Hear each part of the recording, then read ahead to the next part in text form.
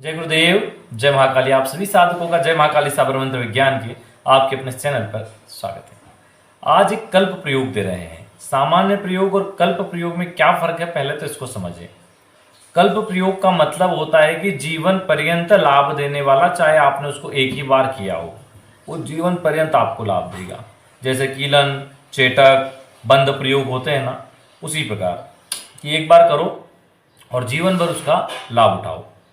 तो आज का जो कल्प प्रयोग है वो मयूर शिखा के ऊपर है। वैसे कल्प प्रयोग दक्षिणवर्ती शंख पे होते हैं, भूंजा पर होते हैं, रुद्राक्ष पर होते हैं, ठीक है, मयूर शिखा पर होते हैं। तो आज जो मयूर शिखा होती है एक प्रकार की जड़ी होती है। वैसे आप गूगल पर सर्च करो तो उसकी फोटो वगैरह आ जाएगी।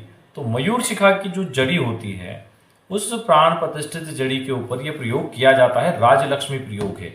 इसकी प्राण प्रतिष्ठा भी राजलक्ष्मी के निमित्त ही की जाती है उसके ऊपर। जैसे बिल्ली की जेर के ऊपर लक्ष्मी निमित्त प्राण प्रतिष्ठा की जाती है, क्योंकि जब आप बोलते हो कि यंत्रो देवता या वस्तु देवता, बहुत से लोग पूछते हैं कि हम किसके निमित्त करें प्राण प्रतिष्ठा, या बहुत से लोग तो पूछते भी नहीं, उनको पता भी नहीं कैसे करना है, ठीक है।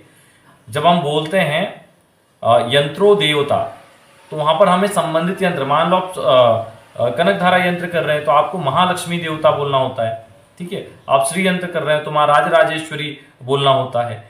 तो इस प्रकार जब आप बिल्ली की जेर पर करते हो तो वहां पर आपको लक्ष्मी देवी बोलना होता है।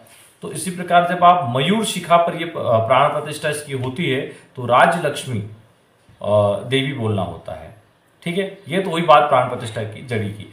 अब बात क्या होता है, जब आपके पास प्राण प्रतिष्ठित मयूर शिखा जड़ी होती है तो उसके ऊपर प्रयोग कैसे किया जाए वो महत्वपूर्ण है। एक एक चीज बारीकी से सुनना, क्योंकि कल्प प्रयोग में छोटी सी छोटी चीज बहुत महत्वपूर्ण होती है। गलती हो गई तो पूरा प्रयोग निष्फल हो जाएगा एक भी गलती की वजह से। तो अच्छे से समझे चीजों को, चाहे तो आप पेपर पे नोट कर लें, क्योंकि ये चीजें सिर्फ आपके नहीं, आने वाले समय में आपके बच्चों के भी काम आएगी। कल्प प्रयोग, चेटक प्रयोग, बंद प्रयोग, ये सारे प्रयोग नोट करके रखना चाहिए आपको, ताकि बच्चे भी आगे करके अपना भविष्य सुधार ले और आर्थिक रूप से सदैव संपन्न रहें, ठीक है। आर्थिक विपन्नता तभी आती है जब आप पे या तो तंत्र दोष हो जाए या पितृ दोष हो जाए, और अगर पितृ दोष हुआ तो अगली पीढ़ी में अनेक कुंडली में दोष बन के वो आता है। तो इस चीज का भी बड़ा ध्यान रखें कि तंत्र दोष, पितृ दोष के निमित्त भी समय समय पे उपाय करते रहें।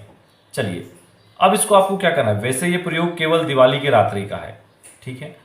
अगर किसी को ऐसा लगता है कि बहुत समस्या है, जल्दी करना है, तो आप इसको नवरात्र में भी कर सकते हैं, लेकिन दीपावली की रात्रि ये प्रमुख है। नवरात्र में करें तो तृतीय दिन कर सकते हैं और 9वें दिन कर सकते हैं, यानी नवमी के दिन।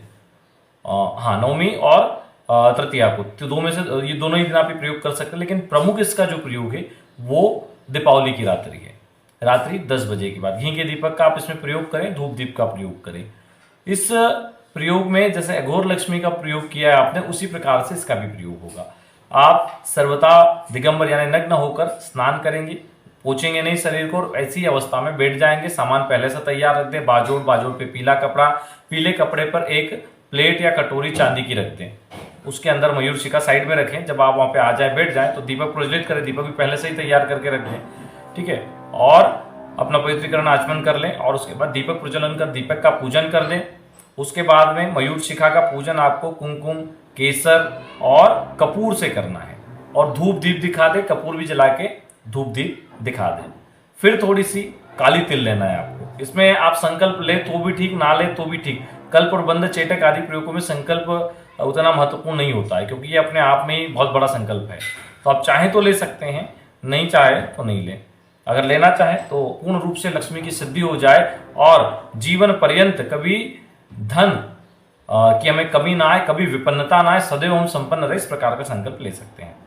अब आप क्या करें, इस प्रकार से मृगी मुद्रा बनाकर आपको मयूर शिखा के ऊपर काले तिल चढ़ाना है। उसका मंत्र नोट कर लीजिए। मंत्र बोलते हुए चढ़ाना 108 बार। तो आप चाहे तो लेफ्ट हैंड में माला रख सकते हैं, या फिर आप उंगलियों पे भी गिन सकते हैं, या आपके पास काउंटर हो तो उससे भी 108 बार गिन सकते हैं। कई बार लोग माला लेते तो खुली लेते हैं, वो बोलते हैं कि भाई क्या करें, तो ऐसे हाथ में जब आप माला लें तो हाथ ऊपर रखिए। प्राण प्रतिष्ठित माला कभी भी जमीन को टच नहीं होना चाहिए, इस चीज का ध्यान रखें। कहते हैं जमीन पे उसका भार बढ़ता है, तो हाथ ऊपर रख के गिने, पहली चीज। अब मंत्र को नोट कर लीजिए। ओम ह्रीम मयूर शिखा महा सुसर्व कार्य साधय साधय स्वाहा। ठीक है, चावल और काले तिल बराबर मात्रा में मिला के चढ़ाना है 108 बार। ठीक है, मंत्र को नोट कर लें।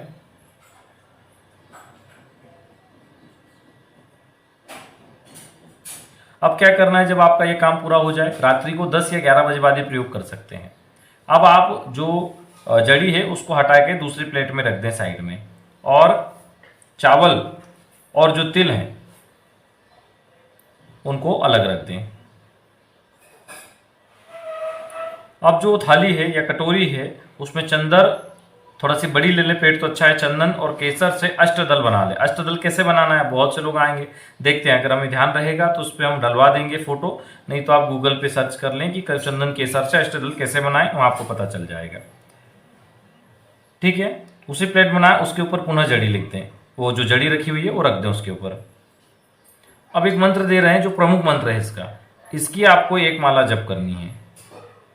ठीक है, इसके लिए आप पूर्ण प्राण प्रतिष्ठित स्फटिक माला या कमल गट्टे की माला का प्रयोग करेंगे। बहुत प्रभावी मंत्र है। ओम नमो महासेनाय शक्ति हस्ताय महेश्वराय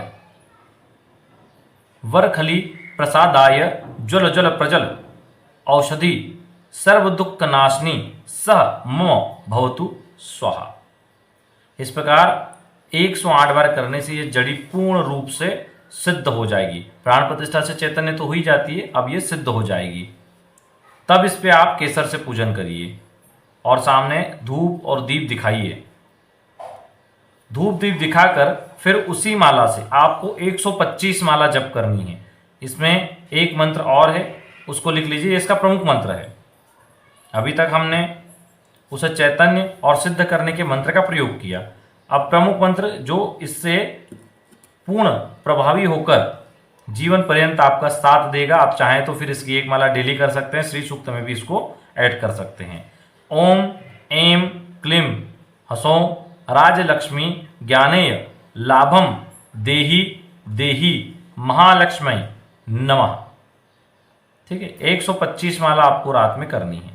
उसके बाद उठें, भले आपको सुबह हो जाए, स्नान करें। स्नान करने के बाद इस जड़ी के कुछ भाग को चांदी या तांबे के तावीज में भरकर अपने गले में बांध ले। शेष जो जड़ी है आप चाहें तो पूरी भी भर सकते हैं, नहीं तो इसमें आप थोड़ी भर के बाकी अपने पूजन स्थान पे या फिर गले में रख सकते हैं। वैसे पूरी भर ले, क्योंकि फिर छुआछूत हो जाती तो दिक्कत होता है। इसमें जो उसके प्रभाव हैं सिद्ध होने के बाद इसको आप हाथ पे भी बांध सकते हैं जो अपने बाजू पर है। आप कहीं भी जाते और किसी चीज़ की इच्छा करते हैं तो पूरा चांस होते हैं कि आपकी वो इच्छा पूरी होगी ही। ये इसका प्रभाव है, क्योंकि राजलक्ष्मी धन सम्मति वैभव संबंधित आपने किसी चीज़ को प्राप्त करने की, कार चाहिए, घर चाहिए, कुछ भी चाहिए, तो उसके बनने के चांसेस बहुत ज़्यादा बढ़ जाते हैं। जड़ी को पानी के साथ घिस पर आप ललाट पर लगा ले तो साधक के सामने जो भी खड़ा होगा उसके मन ही मन अगर आप अमुक वशमनाय स्वाहा बोलेंगे उसका नाम लेके, तो वो आपकी बात को मानना शुरू कर देगा। व्यक्ति का नाम जोड़ देंगे, अमुक वशमनाय स्वाहा, अमुक की जगह व्यक्ति का नाम जोड़ दें, फिर चमत्कार देखें। तो ये बहुत प्रभावी है, चाहे आपके कोई कोर्ट केस हो, मुकदमे हो, किसी भी चीज में ये बहुत चमत्कारिक है और जीवन बदलने वाली जबरदस्त साधना है। यही साधना सभी लोगों को करनी चाहिए, क्योंकि कल्प प्रयोग है, जीवन पर्यंत साथ निभाना वाला है। दिवाली की रात्रि में कर सकते हैं, नवरात्र में तृतीया या नवमी को कर सकते हैं। तो ये प्रयोग था जिसके माध्यम से आप अपने जीवन में विशिष्ट उपलब्धियां प्राप्त कर सकते हैं और समस्याओं का निवारण प्राप्त कर लेंगे।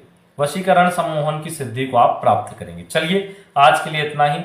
जो लोग अपना कुंडली विश्लेषण या ऑरा स्कैनिंग करवाना चाहते हैं, नीचे नंबर दिया गया है, उस पर संपर्क कर सकते हैं या डिटेल व्हाट्सएप कर सकते हैं, जिससे कि जीवन से संबंधित समस्याओं के बारे में आपको जानकारी मिले और आप उनका निवारण कर सके, ताकि जीवन में जल्दी सफलता हो, चाहे साधना का क्षेत्र हो या आर्थिक जीवन हो। कई बार व्यक्ति लगातार जीवन में कई तरह के व्यापार करने के बाद, नौकरी करने के बाद भी जीरो ही रहता, आगे नहीं बढ़ पाता।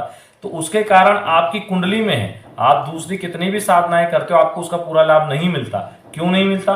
क्योंकि जब व्यक्ति लंगड़ा होता है तो रेस नहीं जीत पाता, कुंडली खराब है तो साधनाएं सिद्ध नहीं हो पाती। तो अपनी कुंडली को सही करना बहुत जरूरी है। चलिए आज के लिए इतना ही। जय गुरुदेव, जय महाकाली।